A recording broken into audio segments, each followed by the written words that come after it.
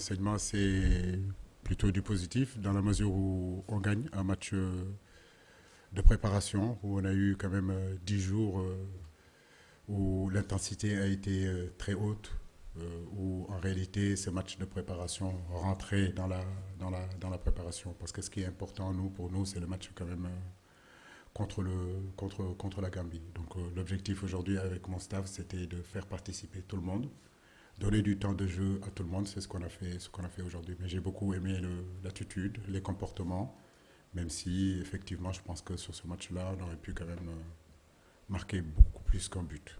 Voilà, donc comme on le dit, on va continuer encore à travailler là-dessus. Mais aujourd'hui, l'objectif était atteint. C'était de donner du temps de jeu à pas mal de joueurs. C'était important par rapport à la semaine qu'on a fait de 10 jours, qui a été quand même une semaine où on n'a pas aménagé nos joueurs et on a essayé vraiment de travailler sur le plan athlétique et sur le plan physique. Et comme je le disais il y a une semaine, aujourd'hui, nous ne bougeons pas véritablement sur notre 4-3-3, mais effectivement, c'est un 4-3-3 qui est modulable. Comme vous le savez, le match contre le Cameroun, Crépin était plus à l'extérieur. Et si vous vous rappelez, c'était Pape Matassar qui était un petit peu à côté. Aujourd'hui, et c'était Ismaïla qui était à l'intérieur du jeu. Donc aujourd'hui, on a décidé de faire autrement, c'est-à-dire d'amener Crépin à l'intérieur du jeu et de laisser Ismaël Assar dans son poste de prédilection où il est capable de percuter, où il est capable d'apporter des centres. Mais en réalité, je veux dire, c'est un système que les garçons comprennent. On est en train d'y travailler depuis le début de la semaine. On a joué ainsi contre l'Algérie. On a joué ainsi aussi contre le Cameroun. Donc nous sommes en train de le peaufiner, qui est différent un petit peu de la façon qu'on a joué contre le Togo. Et je le dis, je le répète encore, c'est pas le poste qui est important, c'est surtout le positionnement. Et aujourd'hui, on a vu quand même dans le milieu de terrain un Pape Gueye, un Crépin Diatta dans la distribution et dans l'orientation du jeu, très très très intéressant. Donc maintenant, il faut qu'on continue à travailler dessus. L'ambiance est bonne dans le groupe. On a énormément de confiance. Encore aujourd'hui, les garçons ont montré leur solidarité, malgré un match quand même sur le plan physique très difficile. On a montré que dans cette équipe-là, tout le monde a été capable de jouer. Donc j'ai envie de dire que nous avons énormément d'espoir. Nous savons aussi que nous allons à une CAN où les matchs seront disputés. Le Sénégal sera attendu. Mais je crois que c'est à nous de garder cette sérénité-là, de préparer nos victoires. Effectivement, beaucoup de gens espèrent qu'on gagne 3 ou 4-0 chaque sortie de l'équipe nationale du Sénégal. Moi, comme je vous l'ai dit, la CAN, c'est très compliqué, c'est très difficile. Il nous faudra rester serein, préparer nos victoires. Effectivement, ça peut se décanter rapidement en première période. Je pense qu'aujourd'hui, ça aurait pu se décanter aussi en première période. Mais si ça se décante pas, il faut rester quand même calme, il faut rester posé, il faut continuer à travailler cet adversaire-là pour se dire qu'on peut marquer ce but-là à la 90e, on peut le marquer à la 95e minute, comme on peut le marquer à la première minute, comme ça a été le cas ici contre le Soudan. Mais je crois que les matchs doivent se préparer et nos victoires, nous devons les préparer. Il ne faut pas qu'on confonde vitesse et précipitation. L'infirmerie. L'infirmerie, comme vous le savez, bon, moi je n'ai pas donné encore cette information-là, mais elle est effective. C'est une information qui est vraie. Très triste pour un garçon comme Boulaye, un garçon comme Séni. Je sais qu'ils ont préparé cette CAN. Mais comme je le dis aussi, il est important d'aller dans cette CAN-là avec des garçons qui sont à 100% de leur potentiel. J'espérais que avec le staff médical, que Boulaye et Séni reviendraient à leur meilleur niveau. Depuis que j'ai donné la liste jusqu'à présent, ce n'est pas le cas. Et on s'était dit que s'ils ne sont pas à 100%, on les changerait. Et les changements se feront entre Bamba Dieng qui reviendra, il connaît la maison. Euh, il sait où il est. Actuellement, il est bien aussi à Lorient. Je crois qu'il revient de blessure, c'est intéressant. Et puis Alfred Gomis aussi, un autre garçon aussi qui connaît la maison. Donc on n'est pas non plus dans, en fait, on est dans la continuité, quoi. Je veux dire, par rapport au groupe qui est là. Et les 55 joueurs, c'est présélectionné. Aujourd'hui, nous sommes en train de puiser ça. Bamba a la chance de venir parce que Boulaye s'est blessé. Et Alfred Gomis remplacera Sénégal. Je crois que le mariage, c'est un moment quand même assez important. Le football, c'est vrai que c'est notre vie, mais il y a la famille aussi.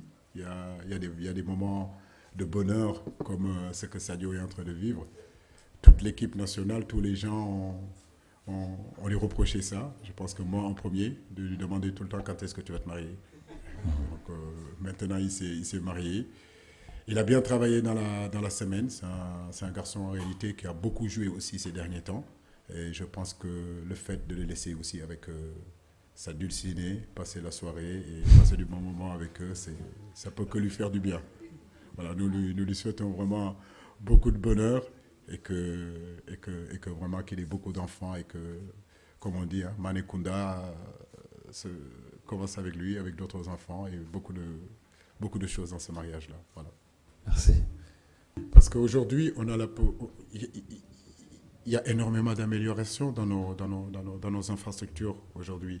Rappelez-vous, il y a quelques années, il était difficile pour nous de faire une préparation ici au Sénégal parce qu'on n'avait pas les infrastructures. On passait notre temps à aller en Europe ou aller dans d'autres pays africains. Aujourd'hui, avec ce stade-là, avec le stade annexe, aujourd'hui, les conditions sont réunies pour nous de pouvoir nous préparer ici, rester ici, et c'est cette option-là que nous avons pris. Et n'oubliez pas qu'on a encore une semaine. Demain, normalement, on devrait voyager. On devrait aller voir le président de la République, Macky Sall, pour qu'il nous remette le drapeau. Et après, par la suite, on a tout le temps de rallier Yamoussoukro, on arrivera et installer notre base. Donc, en fait, on n'est pas en retard. C'est quelque chose qu'on avait prévu ainsi. Maintenant, c'est vrai que, comme je l'ai dit, on a 27 bons joueurs. Et je le dis, dans cette équipe-là, tout le monde est capable de jouer. Aujourd'hui, c'est vrai qu'on a eu des absences, mais les gens qui sont là, ils ont montré aussi à quel point ils avaient envie de jouer. En première période, c'est vrai, il y avait une équipe qui était constituée, qui a fait de très bonnes choses, je pense qui aurait pu marquer même dans cette période-là. En deuxième période, c'était prévu aussi avec le préparateur physique que, à part peut-être un ou deux joueurs qui pouvaient terminer le match à l'heure de jeu ou bien à la mi-temps, on allait changer de groupe. J'ai beaucoup aimé leur réaction, j'ai beaucoup aimé leur rentrée, j'ai beaucoup aimé ce qu'ils sont en train de faire et je pense que c'est ce qui est important. Pour gagner, ce n'est pas seulement une histoire de 11 joueurs, mais c'est une histoire de 27 joueurs. Parce que ce qui ne joue pas, c'est qui pousse aussi les autres qui jouent à se remettre en question et être à niveau. Et aujourd'hui, bah, ça me fait plaisir. J'ai la possibilité de pouvoir changer d'équipe, j'ai la possibilité de donner du temps de jeu, j'ai la possibilité d'apporter aussi la concurrence, parce que nous savons que sur un laps de temps de 1 mois, bah, il nous faudra être prêt. Et c'est pour cela qu'on a donné du temps de jeu aussi à des garçons que vous n'avez pas l'habitude de voir tout le temps. Et ça fait que tout le monde est concerné. Bah, écoutez, déjà moi je suis un préparateur mental. Mais c'est vrai, on peut l'imaginer, on peut se dire qu'il y a d'autres écuries qui le font, il y a d'autres pays qui le font, qui se déplacent avec un psychologue pour justement préparer les joueurs. Maintenant, comme je dis, cette option-là, en réalité, nous ne l'avons pas choisie. Pourquoi? Parce que nous pensons que, même si ce n'est pas notre travail, la préparation mentale, mais je crois qu'on arrive à trouver les mots qu'il faut pour toucher le cœur de ces garçons-là. C'est ce qu'on a toujours fait en 2017, c'est ce qu'on a fait en 2018, c'est ce qu'on a fait en 2022.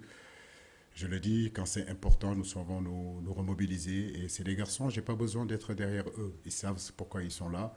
Et ce qu'ils ne me donnent pas, c'est parce qu'ils ne l'ont pas. Mais je pense que mentalement, ils sont quand même assez costauds.